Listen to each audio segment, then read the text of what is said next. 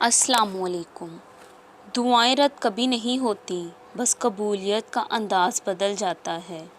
تم ان کھوکھلے لوگوں کے عارضی وعدوں پر تو یقین کر لیتے ہو، پھر اللہ کے سچے اور دائمی وعدوں سے نا امید کیوں ہو جاتے ہو؟ یہ بھی ممکن ہے تجھے عشق ولایت دے دے، یہ بھی ممکن ہے تیرے ہوش ٹھکانے آ جائیں، اور جب تم اللہ کے پاس واپس لوٹ جاتے ہو تو اللہ بھی تم تک ہر وہ چیز لوٹا دیتا ہے جو دعاؤں سے بھی آگے کی بات ہے۔ صبر کی راہ طے کرنے کے بعد اللہ قبولیت میں صرف معجزے لکھتا ہے۔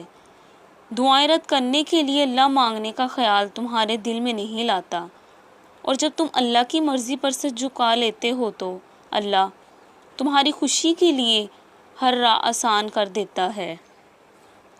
اگر کبھی کسی چیز کا غرور آنے لگے تو ایک چکر قبرستان کا لگا لیا کرو، وہاں آپ سے بھی بہتر انسان مٹی کے نیچے دفن ہے۔